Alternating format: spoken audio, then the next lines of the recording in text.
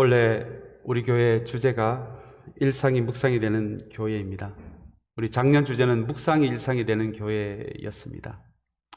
단지 이 두 단어를 앞뒤에 있는 단어를 바꾼 것이 원래 우리 교회의 주제가 됩니다. 그리고 내년인 2023년 주제를 이 시간 미리 말씀드리면 내년 주제는 세상 속으로입니다. 세상 속으로는 미국에 있는 우리 한인 이민교회가 어떻게 하면은 선교적 교회가 될 수 있을까를 함께 고민하기 위해서 미리 계획한 주제가 세상 속으로라는 주제입니다. 여러분, 선교적 교회는 단순히 해외 선교를 많이 하는 교회만을 의미하지는 않습니다. 왜냐하면 선교란 이 단어가 가진 의미는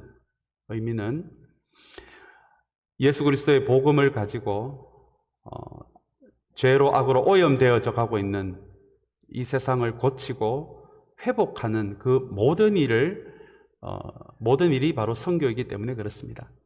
그래서 해외에서 선교하시는 선교사님을 돕는 것도 선교이지만 저와 여러분들의 삶이, 그리고 우리 교회가 현재 위치에서 복음을 통해서 지역사회와 우리의 일상과 세상을 고치고 회복하는 일에 우리의 마음이 가 있다면 그것이 또한 선교적 삶이 되고 선교적 교회가 되는 것입니다.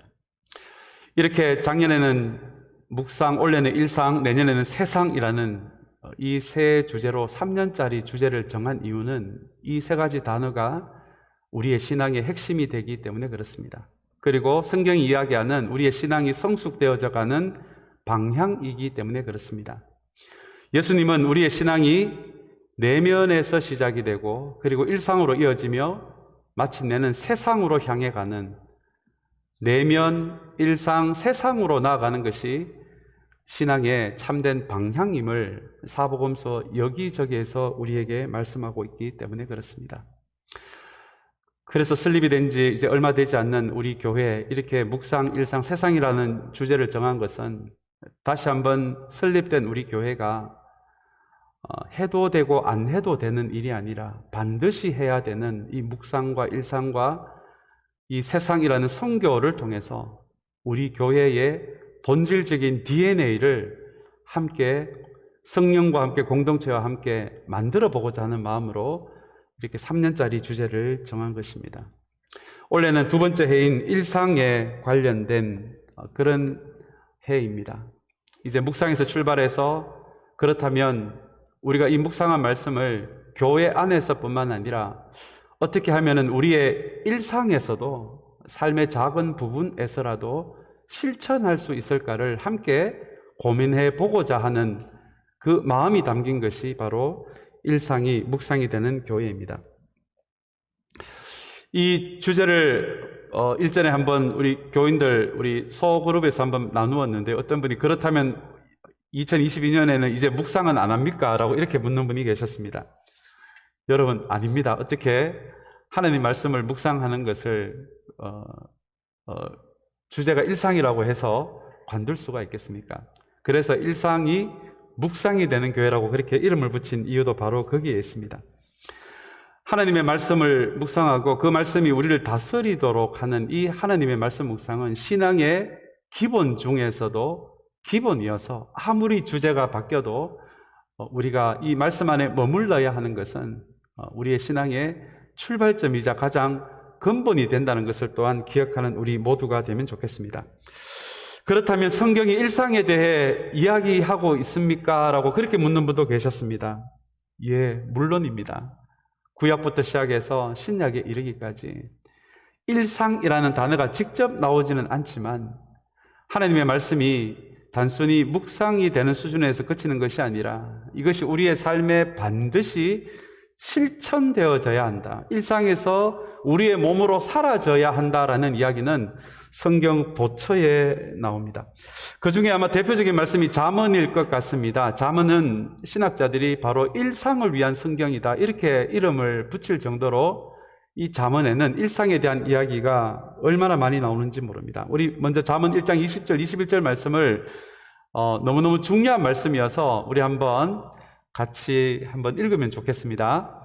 지혜가 길거리에서 부르며 광장에서 그 소리를 높이며 시끄러운 길머리에서 외치며 성문 어귀와 성 안에서 말을 전한다라는 말씀입니다. 오늘 이 잠언을 기록한 이 분은 이 지혜를 마치 사람처럼 의인화시켜서 이 지혜가 사람을 부르는 장소를 오늘 이 20절, 21절에서 여러 군데서 나타나 있는데요. 먼저 20절에 보시면 장소가 길거리가 나옵니다. 광장이 나옵니다. 사람들이 가장 많이 움직이고 다니는 곳입니다. 그리고 21절에 보시면 시끄러운 길머리가 나옵니다. 그리고 성문 어귀 성 안입니다. 길거리, 광장, 길머리, 성문 어귀 성 안을 우리 한마디로 줄인다면 우리의 일상이 될 것입니다. 그렇다면 잠언 1장 20절 21절의 말씀은 하나님의 말씀이 우리의 삶의 모든 자리에서 우리를 부른다, 우리에게 소리친다 라고 하는 것이 우리가 방금 읽은 말씀의 내용입니다.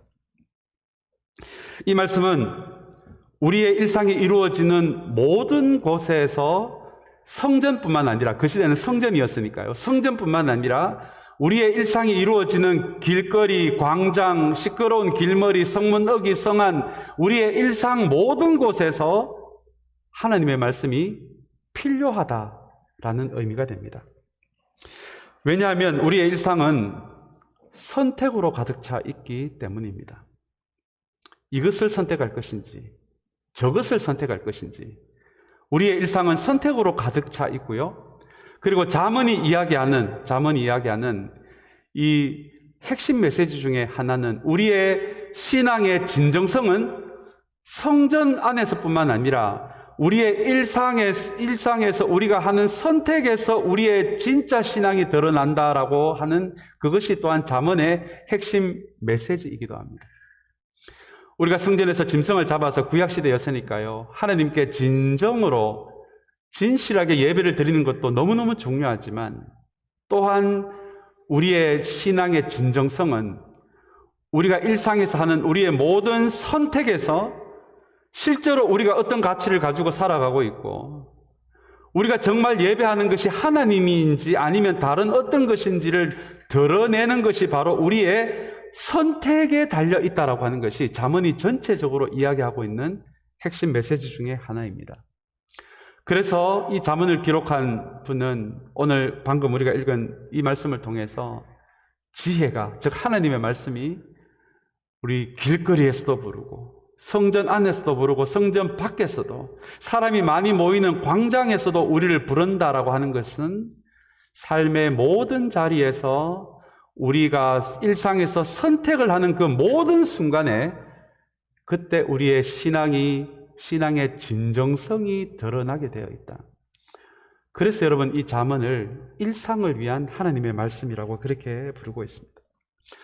또한 우리 신약으로 넘어온다면 우리 사복음서에서 주님이 우리에게 보여주시는 모습 한 가지가 일상을 찾아오시는 예수님이십니다. 우리는 많은 경우 주일에 주님을 만나러 온다, 이 예배당에 만나러 온다, 이렇게 우리가 그것이 우리에게 익숙해진 사고인데요. 그러나 사복음서에서 우리에게 보여주는 주님의 한 모습은 일상으로 우리를 찾아오시는 주님의 모습입니다. 가나 혼인잔치를 보시면 결혼식장을 찾아오시는 주님이십니다. 부활하신 후에 주님을 배반하고 생업으로 돌아간 이 제자들을 찾아서 제자의 생업의 현장으로 주님이 그 일상으로 찾아가시는 모습이 나옵니다. 이렇게 우리가 주님을 주일에 만나러 오는 것으로만 알고 있었는데, 사복음서 여기저기에서 그려지는 예수님의 모습은 오히려 주님이 치열한 우리의 삶이 벌어지는, 때로는 고통스러워서 아파서 쓰러지기도 하는 우리의 일상을 주님이 직접 찾아오시는 모습을 사복음서는 우리에게 보여주고 있습니다.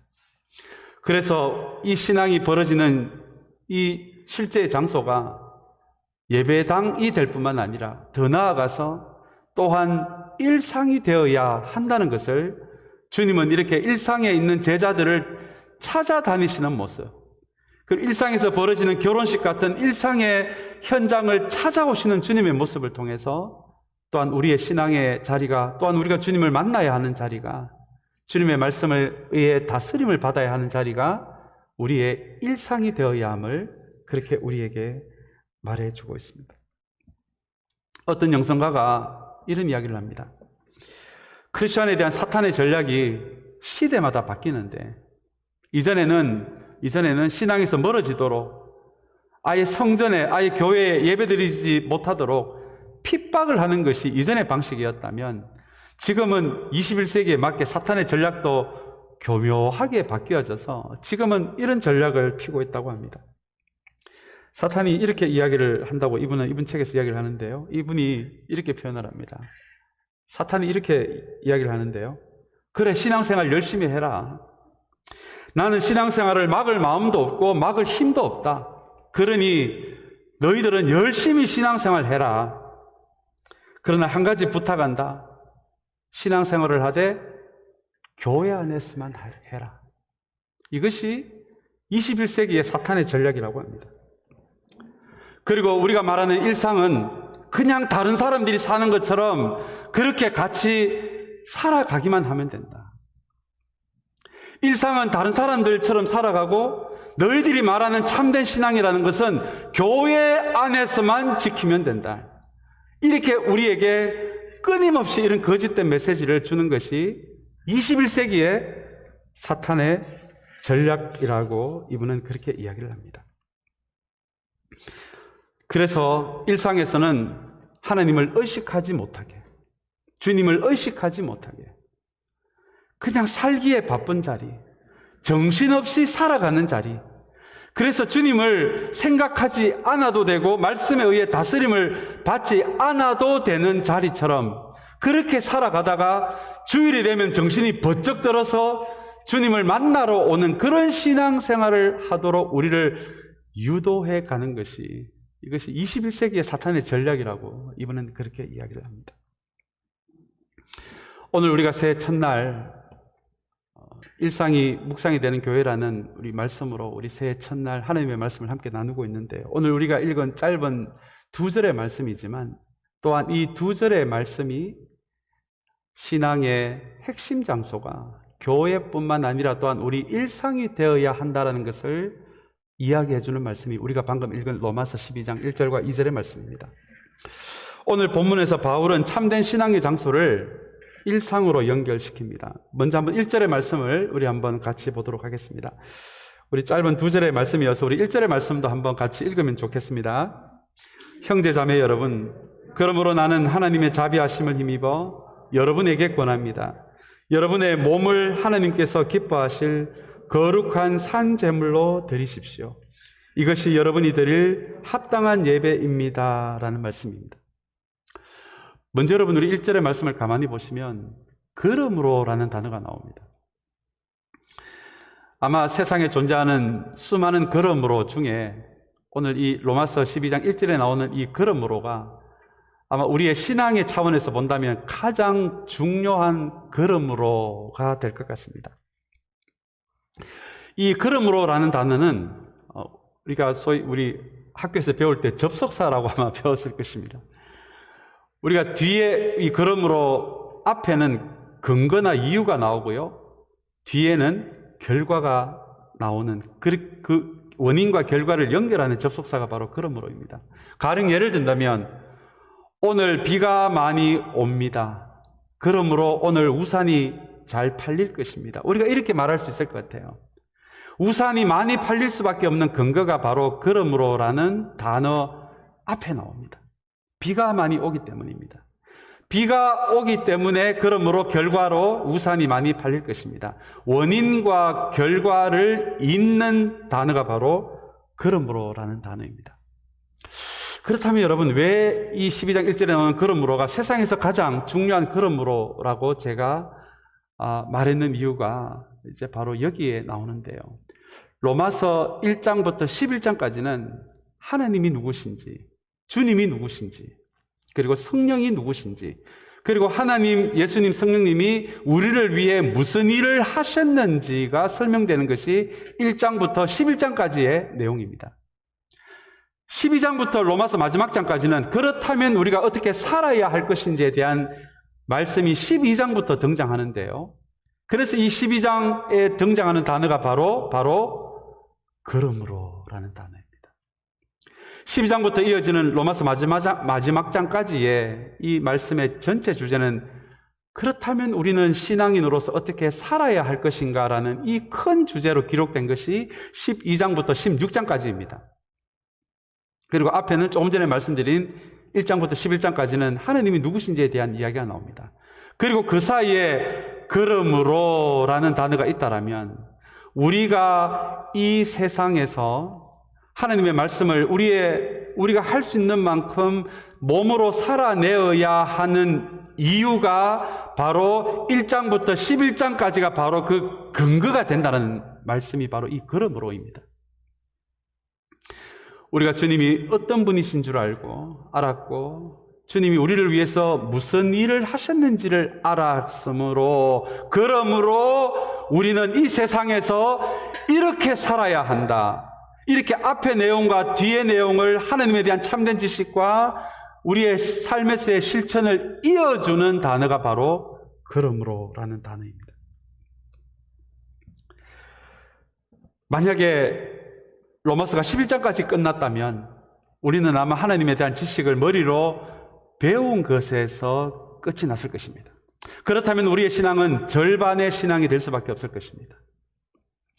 그러나 바울은 로마서를 기록하면서 이 그러므로라는 단어를 통해서 이제는 삶으로 살아내는 내용으로 이어지는 이 로마서 전체의 구조는 참된 신앙이라는 것은 다시 한번 하나님에 대한 참된 지식을 배우는 데서 끝이 나지 않고 이 지식을 우리의 일상에서 작은 영역이더라도 실천하는 신앙이 되어야 한다. 이것이 마치 우리의 오른팔과 왼팔과 같고 동전의 양면과 같은 것이어서 두 개 중에 어느 것이라도 하나가 빠진다면 참된 신앙이 될 수밖에 없다라는 그것을 말해주는 단어가 여러분 바로 그러므로라는 단어입니다. 오늘 2022년도를 시작하면서 일상이 묵상이 되는 교회라는 주제로 우리 첫 출발을 하고 있는데요. 사랑하는 여러분, 올 한 해 12월 31일까지 반드시 기억해야 하는 단어 중에 하나가 바로 이 그러므로입니다. 하나님에 대한 바른 지식과 삶을 이어주는 단어입니다.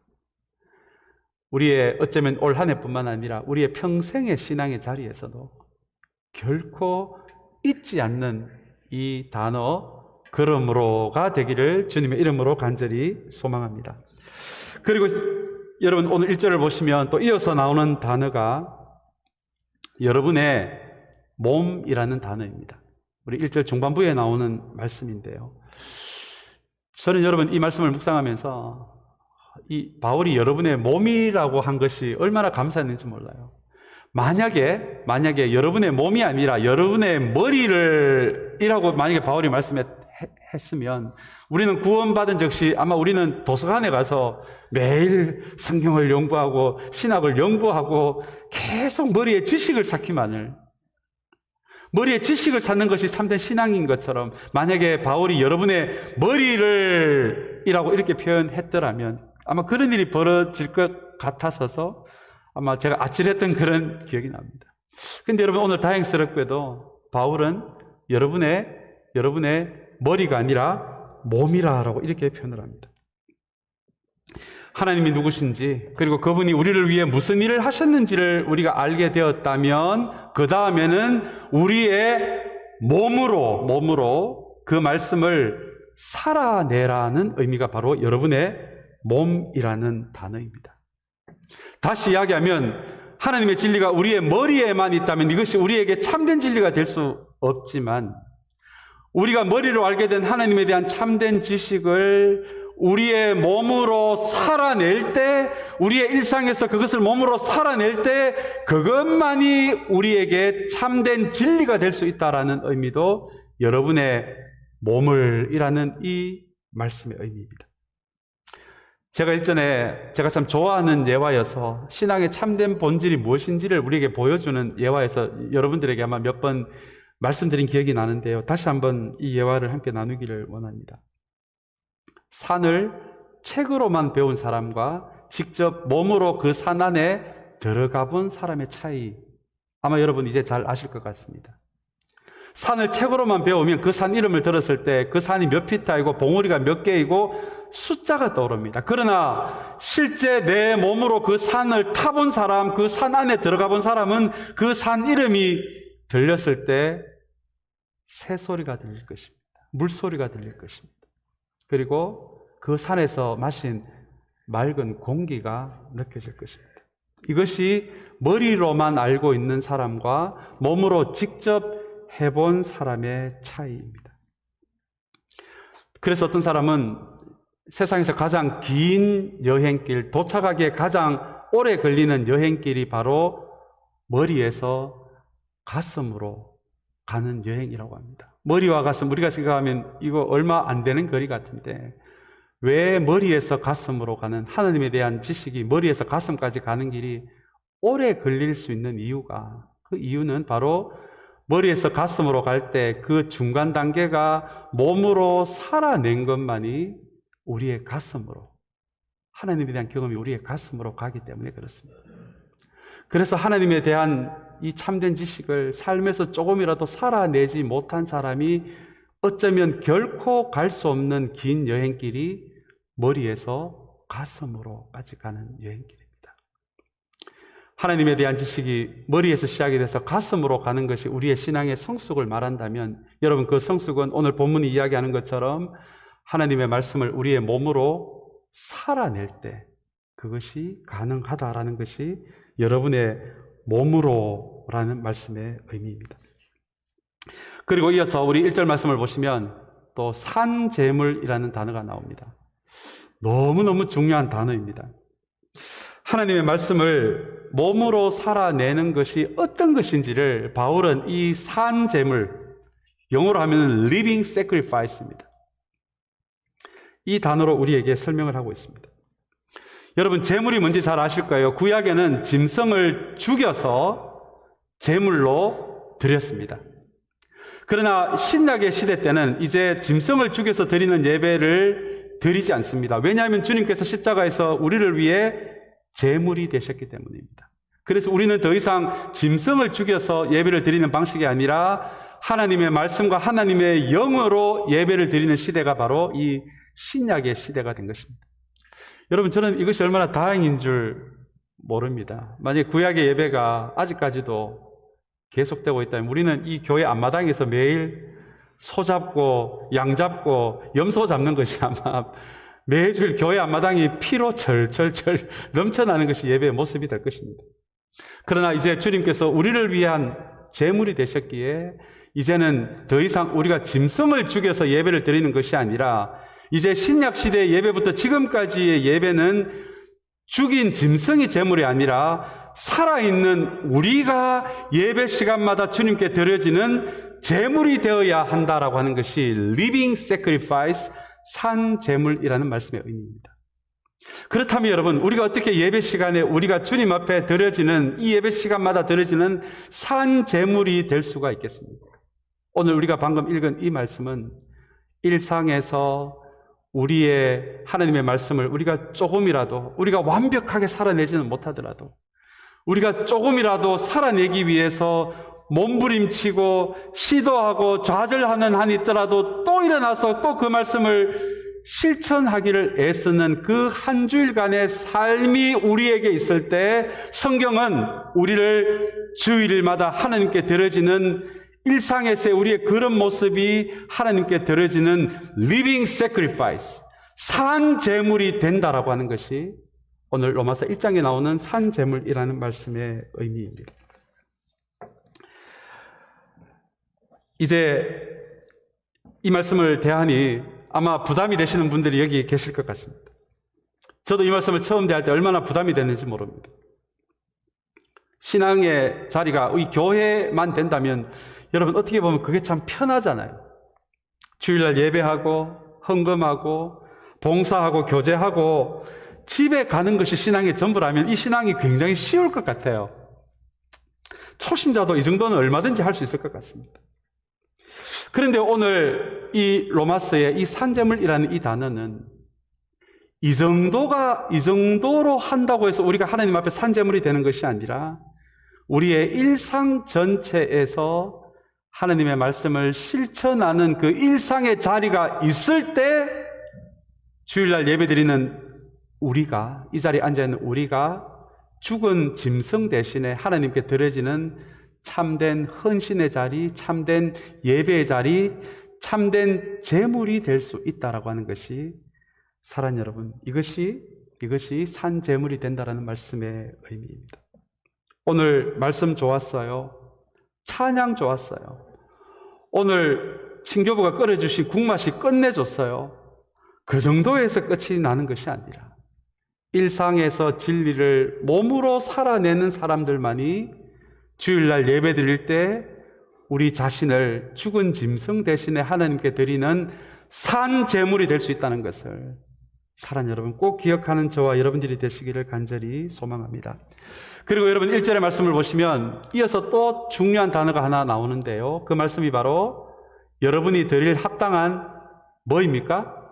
예배입니다. 여러분 이건 너무너무 중요한 말씀입니다. 주일날 이렇게 와서 예배 순서에 따라 이렇게 드리는 예배를 주일날 드리는 공동체 예배, 공적 예배라고 이야기를 할 수 있을 것 같습니다.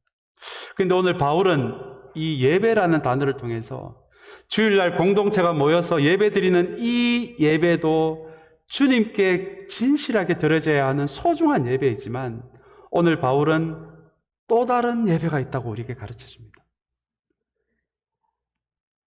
쉽지 않지만 우리의 일상의 자리에서 하나님의 말씀을 조금이라도 실천하고자 노력하는 그것을 바울은 놀랍게도 그것을 예배라고 부릅니다. 그렇다면 여러분 이 예배는 언제 시작합니까? 오늘 우리 이 예배 다 마치고 자 우리 다음 주 뵙겠습니다. 안녕히 계십시오. 차를 타고 예배당을 떠나는 순간 예배가 끝이 나는 것이 아니라 오늘 바울의 이 말씀에 의하면 차를 타고 우리 집으로 가는 그 순간부터 또 다른 예배가 시작이 된다는 것입니다. 그것이 우리가 반드시 들어야 하는 일상에서의 예배입니다. 오늘 이 1절의 말씀에 보시면 이 예배 앞에 합당한이라는 단어가 있습니다. 합당한이라는 이 단어가 알 것도 같고 모를 것도 같아서 제가 한번 사전을 좀 찾아보니까 이 합당한 이 단어가 정확한, 올바른, 진실한이라는 이런 의미를 가진 단어가 바로 합당한입니다. 그게 바로 오늘 1절에 나오는 합당한 예배할 때 이 합당한의 의미입니다. 그렇다면 여러분 이 말씀을 이렇게 이야기할 수 있을 것 같습니다. 우리가 주일날 주님께 진실하게 예배를 드린 다음에 우리의 일상에서 하나님의 말씀을 실천하는 그 모습까지 가야 그게 진짜 예배야. 그게 진실한 예배야. 그게 성경이 이야기하는 정확한 예배야. 여러분 그것이 합당한이라는 단어가 가지는 의미입니다. 사랑하는 여러분, 올 한 해 주일에 드리는 이 공동체 예배뿐만 아니라 우리의 일상에서도 사랑하는 여러분 참된 예배자로 살아가게 되는 우리 모두가 되시기를 주님의 이름으로 축복합니다. 이제 우리 2절의 말씀으로 우리 잠깐 넘어가도록 하겠습니다. 이제 2절의 말씀은 일상에서 말씀을 실천하며 살아간다는 것이 무슨 의미인지를 조금 더 풀어서 우리에게 설명해 주고 있습니다. 그 설명의 핵심이 바로 이 시대의 풍조를 본받지 말고 라는 단어에 들어가 있습니다. 바울이 살았던 그 시대는 로마 제국이 로마가 온 세상을 다스리는 시대였습니다. 이스라엘도 로마의 식민지였던, 우리가 일제시대 때 우리가 일본의 식민지였던 것처럼 그때 당시 이스라엘은 로마의 식민지로 살아가는 그 시대였습니다. 그렇다면 바울이 이야기하는 이 시대의 풍조는 로마 제국이 소중하게 생각하는 가치들이었습니다. 힘의 가치였습니다. 번영의 가치였습니다. 그 시대에 쾌락을 위한 동성애가 유행했기에 성이 문란했던 시대가 바로 그 시대의 풍조였습니다. 이 하나하나가 말씀으로 다스리지 않는 인간의 본성과 잘 맞는 가치가 힘의 가치, 번영의 가치, 그리고 성적 타락의 가치입니다. 아마 이 가치가 로마에 세워진 로마 교회에도 들어왔을 것입니다. 그래서 바울을 로마에 있는 교회에 보내는 이 로마서에서 이 시대의 풍조를 본받지 말라라고 그렇게 이야기를 하고 있는 것이죠. 이 시대, 우리는 자본주의 시대에서 살아가고 있습니다. 자본주의가 공산주의보다는 더 나은 시스템이지만, 그러나 자본주의도 소중하게 생각하는 가치가 돈의 가치, 힘의 가치, 성적 자유의 가치입니다. 풍조를 본받지 말라라고 하는 이 본받지 말라라는 이 단어가 이 원어에 의하면 순응하지 말고 이렇게 되어 있습니다. 여러분, 순응이 무엇입니까? 순응은 판단 없이 생각 없이 이 세상에서 유행하고 있기에 나도 모르게 쑥 빨려 들어가는 것을 순응이라고 이야기합니다. 마치 우리가 마시는 공기처럼, 우리가 공기를 마실 때 우리가 생각하면서 공기를 마시는 게 아니지 않습니까? 이 공기를 우리가 생각 없이 우리가 이렇게 마시고 있는 것을, 이게 본받지 말고라는 순응이라는 거하고 비슷한 단어입니다. 그렇다면 여러분, 이 시대의 풍조를 본받지 말라라는 단어가 가지고 있는 의미가 무엇이겠습니까? 이 세상에 유행하는 가치들, 하나님이 기뻐하시는 가치들은 우리가 생각하고 분별하지 않으면 이 가치들은 우리도 모르게 우리가 그 가치 안으로 쑥 빨려 들어가서 마치 우리가 마시는 공기처럼 자연스럽게 그 가치를 마시게 되어 있으니 이것을 본받지 말고 분별하라고 말하는 것이 바로 2절의 말씀입니다. 오늘 이 본받는다라는 이 단어를 통해서 바울은 이 본받는다, 자연스럽게 순응한다는 것이, 이것이 크리스천의 삶의 방식이 아니라 오늘 2절 후반부에 보시면 크리스천의 새로운 삶의 방식을 이야기하는데요. 그것이 바로 분별하라는 말씀의 방식입니다. 우리 한번 2절의 말씀 다시 한번 비춰주시면 감사하겠습니다. 여러분, 분별입니다. 분별이라는 단어입니다. 참된 크리스천의 삶이 순응이 아니라 분별과 변화라는 말씀의 의미인데요. 여러분, 분별이라는 이 단어의 뜻은 쉽게 이야기하면 생각하라입니다. 생각하라. 우리가 교회에서 참된 하나님에 대한 지식을 배운 다음에 그냥 생각 없이 세상에서 살아가다 보면 나도 모르게 세상의 가치가 내 몸 안에 흘러 들어오니 그것을 분별하라고 그렇게 바울은 가르쳐 줍니다. 그리고 그것을 분별하고 생각하는 그것이 예배라고 그렇게 바울은 지금 이야기를 하고 있는 것이죠. 우리 한국교회가 부흥회로 자라다 보니 우리는 뜨거운 것에는 여러분 익숙해져 있습니다. 말씀을 듣는 가운데 뜨거워지고 기도하는 가운데 뜨거워지는 것을, 그렇게 우리는 그것을 신앙의 한 모습으로 배워왔습니다. 여러분, 좋은 것입니다. 하나님에 대해 냉랭한 마음보다 뜨거운 열정이 있고 뜨거운 목마름이 있는 거 너무너무 중요합니다. 그러나 오늘 바울은 일상에서의 신앙을 가르치면서 우리에게 또 다른 신앙의 방식을 하나 가르쳐 주는데, 그것이 바로 생각하라입니다. 생각하라. 여러분, 우리 한국 교회의 역사를 보면 뜨겁기만 할 때 이단이 가장 많아졌어요. 생각하지 않았기 때문에 그렇습니다. 하나님을 향해 뜨거운 것도 너무너무 중요하지만 이 세상을 지배하는 수많은 가치들, 유행하는 사고방식들이 있기에 과연 이것이 진짜인지 가짜인지를 분별하고 생각하지 않으면 내가 뜨거운 상태에서도 세상의 사고방식이 나에게 흘러 들어올 수 있으니, 바울은 지금 로마 교인들을 향해서 지금부터는 생각하는 크리스찬이 되라.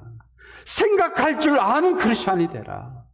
생각과 분별을 통해서 무엇이 하나님이 기뻐하시는 사고방식인지, 무엇이 하나님이 기뻐하시는 선택인지를 생각하지 않으면, 분별하지 않으면 우리도 모르게 세상의 사고방식이 우리 안으로 들어올 수가 있으니 뜨거울 뿐만 아니라 생각하는 크리스찬이 되라고 가르치는 것이 바로 분별하라는 이 말씀의 의미입니다.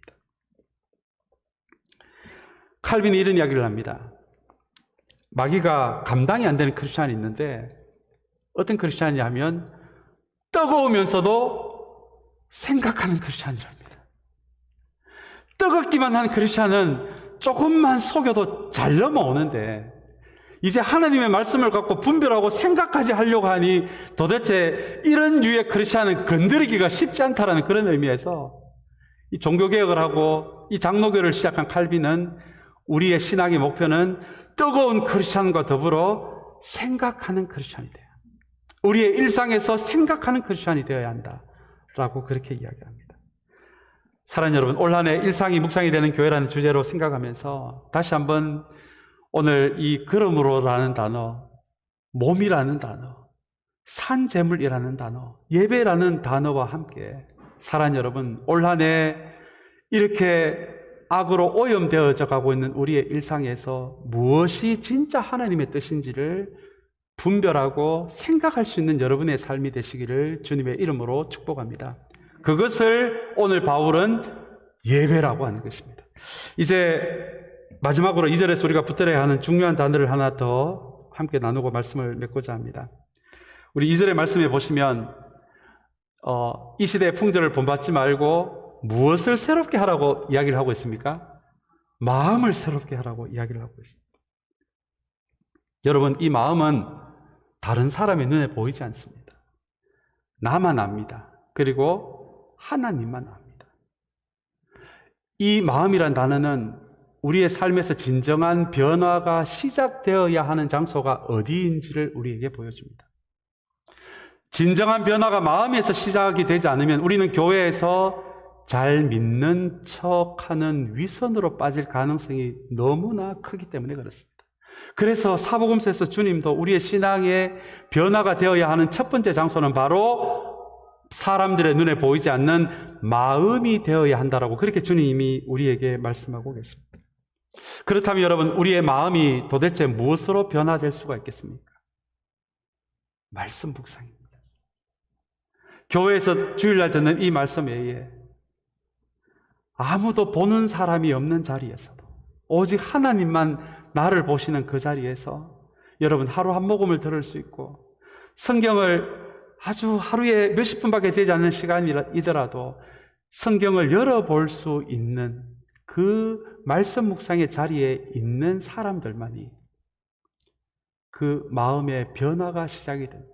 여러분, 그것이 성경이 이야기하는 사람이 변하는 방식이기 때문에 그렇습니다. 성령께서 말씀을 통해 우리의 마음의 변화를 주시는 것 외에는 우리가 변화될 수 있는 방법이 없기 때문입니다. 그래서 오늘 이 2절의 말씀을 통해서 너희가 마음에서 말씀 묵상을 통해 마음에서 먼저 변화가 되어야 그 말씀을 가지고 이것이 하나님의 뜻인지 이 선택이 하나님의 뜻인지를 분별하고 생각할 수 있는 그 능력이 바로 말씀 묵상으로 빚어진 마음에서 그게 가능하다는 것입니다. 오늘 다시 한번 우리 저와 함께 올 한 해 이 주제를 같이 우리가 힘차게 우리의 입으로 외쳐보면 좋겠습니다. 일상이 묵상이 되는 교회. 오늘 우리가 나눈 이 로마서 12장 1절 2절 말씀이 12장 1절 말씀이 그것이 어떻게 가능한지를 우리에게 보여주는 전체의 그림과 같은 말씀입니다. 사랑하는 여러분, 올 한 해 이 코로나 바이러스가 언제 끝날지 저도 모르겠습니다. 저도 모르겠습니다. 하나님만 아실 것입니다. 그러나 우리의 믿음의 여정이 참된 믿음이라면 이 코로나 바이러스 팬데믹 안에서도 우리의 주일에 우리의 삶이 아름다운 공동체가 될 뿐만 아니라 사람들의 눈에 보이지 않는 우리의 일상까지도 하나님 앞에 예배가 되는 그런 아름다운 공동체로 우리가 더욱 성숙되어져가는 은혜가 있게 되기를 주님의 이름으로 축복합니다. 우리 다 같이 기도하겠습니다.